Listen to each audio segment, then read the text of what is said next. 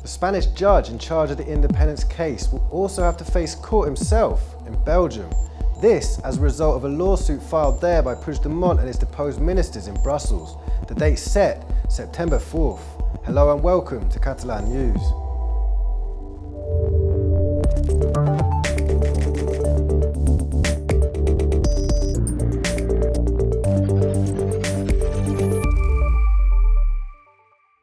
The Catalan officials abroad have taken legal action against Pablo Llarena, the judge prosecuting 25 pro-independence leaders. They demand impartiality, an independent judge, a fair trial and the presumption of innocence, because they say they aren't getting any of these. In a minute we'll get you the latest of this new twist in the ongoing political conflict between Catalonia and Spain. And we'll also find out about the attempt of leaders in jail to transfer responsibilities to the newly elected ministers. The judicial case against independence leaders goes international, even more so than before. The Spanish judiciary has been trying to extradite the politicians abroad since last November. So far it's failed to bring any of them to Madrid. Belgium has in fact rejected delivering them to Spain. And now it is Judge Llarena in charge of the case who's been summoned to appear in court in Brussels. The country hosting the EU main institutions continues to play a key role in the Catalan issue. Catalan leaders in Belgium are taking the very same person to court who was prosecuting them in Spain, Supreme Court Judge Pablo Llarena.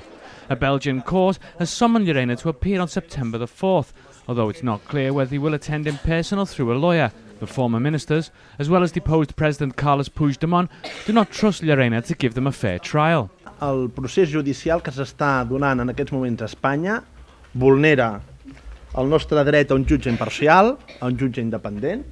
El jutge Llarena entenem que ha de ser automàticament apartat de la causa que està instruint en aquests moments. Llarena has indicted pro-independence leaders for the crime of rebellion, a much contested offence, as they claim there was no violence to justify the charges. He has also sent their colleagues to jail to await trial. Yet the main argument of their complaint is a comment he made in a conference in February. He told an audience there were no political prisoners in Spain, this while overseeing the independence case. But Ciutadans, the largest unionist party in Catalonia, believes that the move is just a smokescreen for dismissed Minister Toni Comín. El senyor Comín, jo recordo que està cobrant però no treballa i que per continuar així doncs s'ha de fer coses com aquestes que no porten enlloc. While his extradition process was ongoing, Comín was allowed to vote in Parliament through a proxy, as he was not permitted to leave Belgium. Now that he is technically free to come back to Catalonia, he has given up his vote but remains an MP, at least for the moment. He will be immediately arrested if he set foot in Spain. Belgium earlier rejected extraditing the ministers to Spain, but now that their case is over they are fighting back. If their suit succeeds, Llarena could be recused and a new judge would take over the case against the Catalan leaders. For some, this would be welcome news. Comín, Serret and Puig also got some relevant visits today. Their successors as ministers travelled to Belgium to carry out a symbolic transferal of responsibilities. They managed to do so without problems in the Catalan office in the Belgian capital. Other newly elected officials wanted to do the same in the Madrid region prisons, holding 6 members of the Puigdemont cabinet. But this was a different story. With a time limit of 40 minutes and behind glass. This is how some of the deposed Catalan ministers in jail symbolically passed on their responsibilities to their successors today. The Catalan Vice President, Per Aragonès, denounced that these were not appropriate conditions. Lack of time and a proper room in which to hold a meeting were his main complaints after leaving the prison. But those weren't the only ones. Not all of the newly affected officials could pay a visit to their predecessors in prison, officially for bureaucracy reasons. Perquè hi ha hagut conselleres i consellers que avui haurien d'haver fet aquesta visita com nosaltres i que finalment no s'ha produït. I no s'ha produït per una qüestió d'arbitrarietat en la gestió d'algunes estructures del Ministeri de l'Interior sortint. The Vice President, along with Ministers for Justice and Foreign Affairs, Capella and Maragall, managed to meet with former Vice President Junqueras and former Head of Foreign Affairs, Raúl Romeva. But 4 other imprisoned leaders couldn't get visits from politicians today. 3 other Torra cabinet members did visit their predecessors for a similar symbolic passing of the torch in Brussels. New chiefs of culture, health and agriculture, Borràs, Vergés and Jordà, met with Lluís Puig, Toni Comín and Meritxell Serret. And talking to the press, they said they are replacing them only as a result of, quote, Spain's repression. the ousted Spanish cabinet blocked any nomination for any minister embroiled in the independence judicial case. But a new executive in Spain is about to be formed. And for now, we know it'll include 2 Catalans. One of them is Josep Borrell, one of the most outspoken critics of the independence movement in the past few months, as he made clear last December. Hay que recoser las heridas. Es verdad, esta es una sociedad herida y hay que sanarla. Pero antes de cerrar las heridas hay que desinfectarlas. Si las coses sin desinfectarlas se pudren. He will be leading the Foreign Affairs Ministry. In charge of public administrations, that is, regional policy, will be Meritxell Batet. One of her main challenges will be dealing with the push for independence, with dialogue and de-escalation at stake.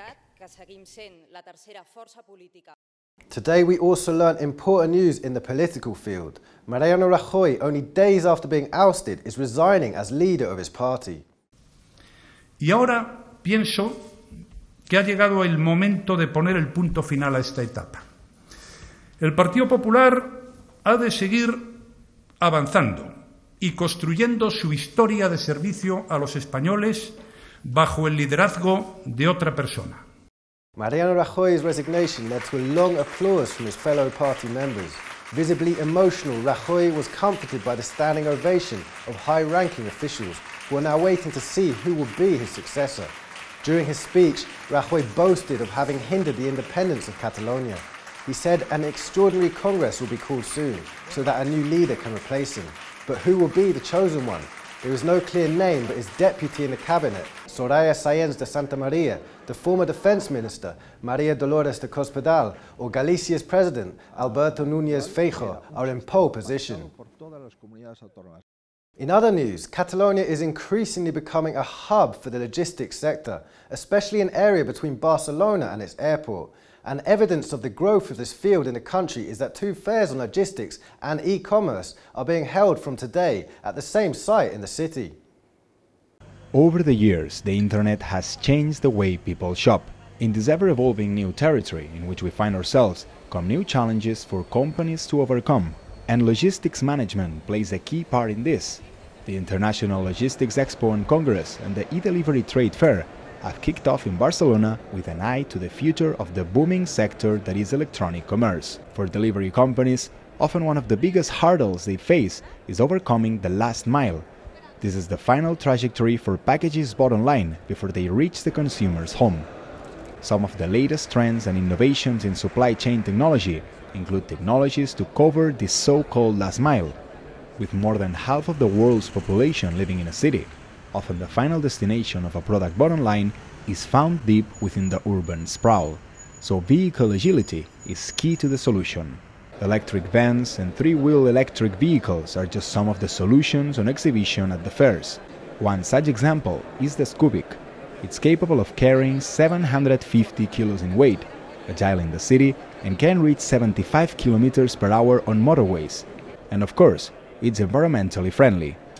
Other highlights include a fleet of self-loading and unloading robots, the application of blockchain technology in freight transport, and a conveyor belt used by Amazon in its own logistics center in Catalonia. One such warehouse, located just outside of Barcelona, has helped consolidate the Catalan capital as a technological hub for logistics management. The center employs the latest in Industry 4.0 technology, using robotics and artificial intelligence alongside humans to carry out logistical tasks.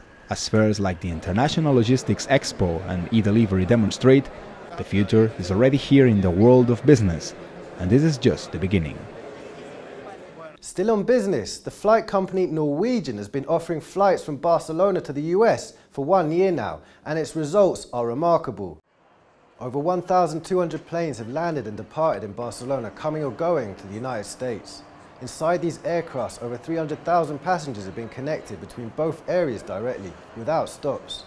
1/3 of the flights to the States have been operated by Norwegian in the past 12 months.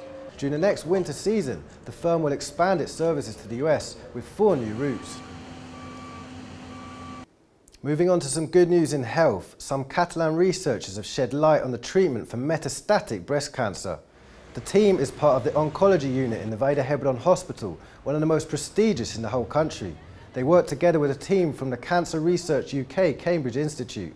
Their latest study has found that gene mutations are shared to a great extent in breast cancers that are spread. Meanwhile, very rarely are alterations exclusive to one single tumour.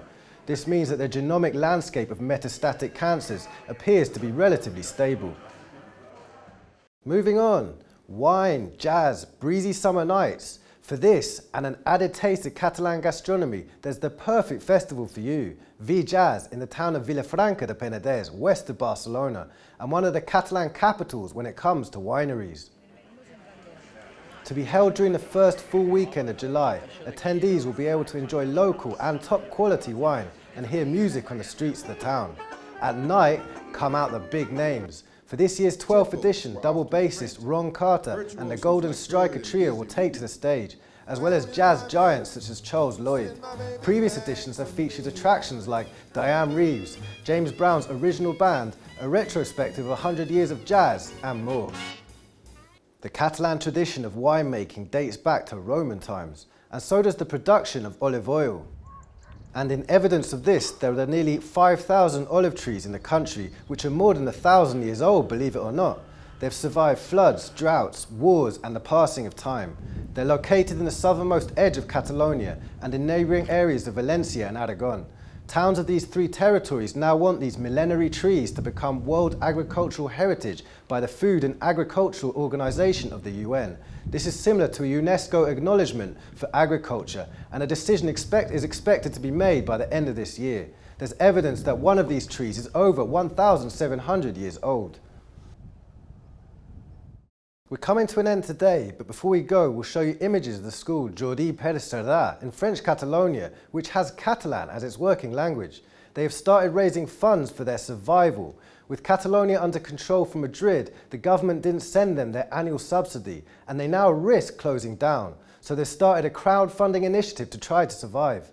Thanks for watching, and see you tomorrow.